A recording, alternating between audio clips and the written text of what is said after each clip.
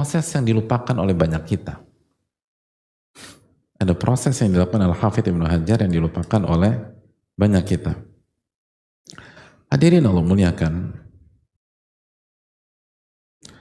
beliau menceritakan bahwa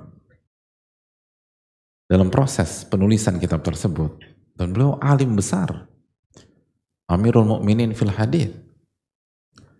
Beliau adalah pemimpin umat Islam dalam ilmu hadits.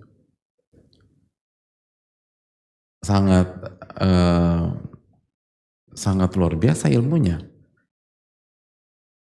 Sangat luar biasa ilmu beliau. Dan itu tidak diragukan lagi. Beliau menyampaikan, hadirin sekalian Allah muliakan, bahwa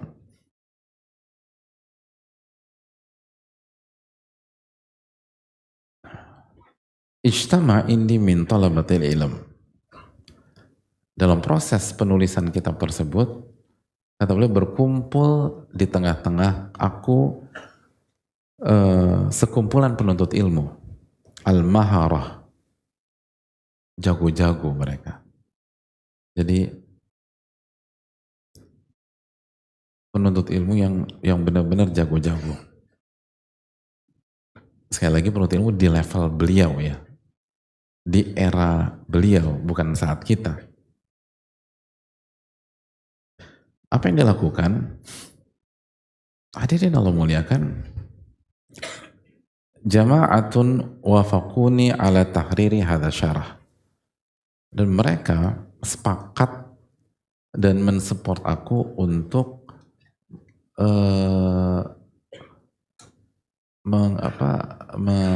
mengkoreksi syarah ini, memberikan masukan, mendiskusikannya, sehingga meraih kesimpulan yang sangat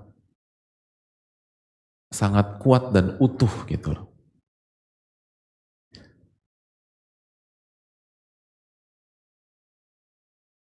Maka aku tulis di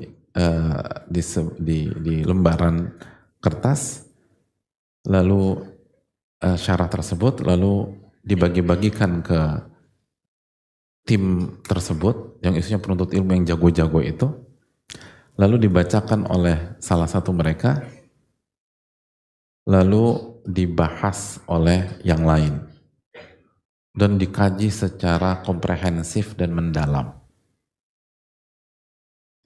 Dikaji secara komprehensif dan mendalam.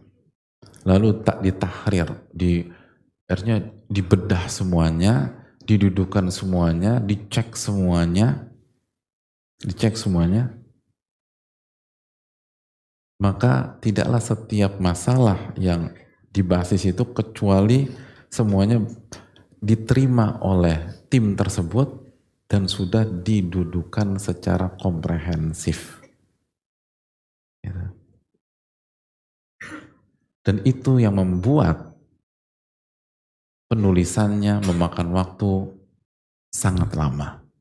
Tapi untuk maslahat tersebut.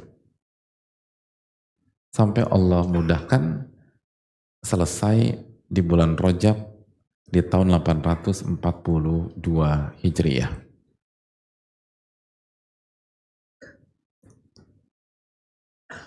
As-Sakhawi itu siapa hadirin?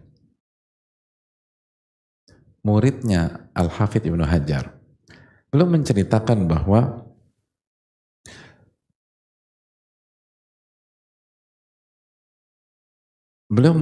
Al-Hafidz Ibnu Hajar menulis, lalu tulisan tersebut itu dibagi-bagikan ke murid-muridnya tersebut, lalu dibahas satu demi satu, syai'an fa syai'an.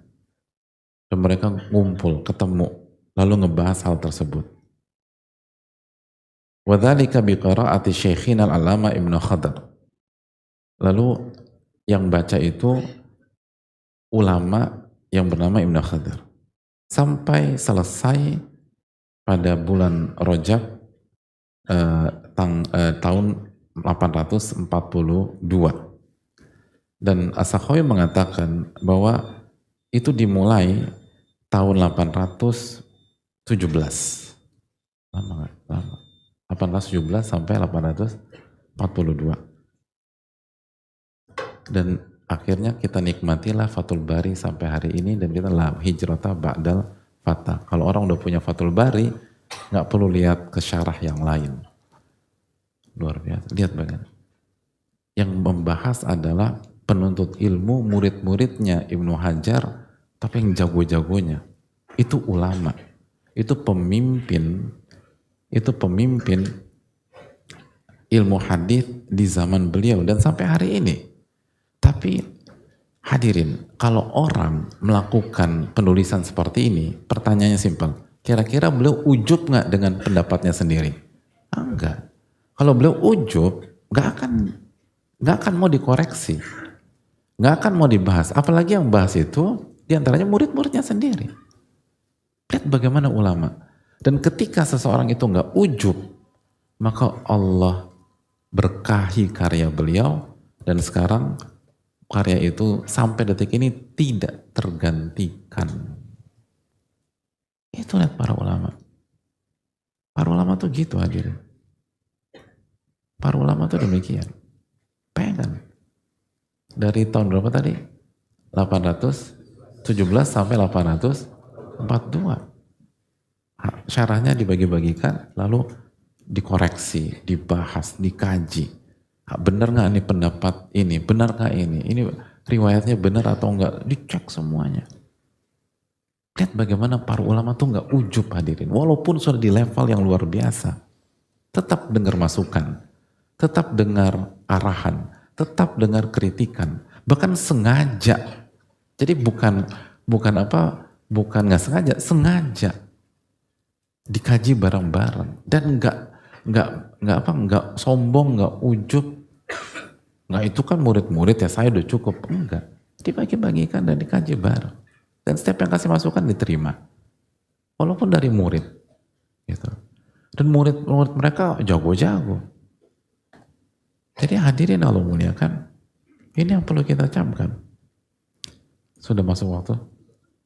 Oke, kita lanjutkan. InsyaAllah ta'ala pada salat maghrib. Wassalamualaikum warahmatullahi wabarakatuh. Assalamualaikum warahmatullahi wabarakatuh.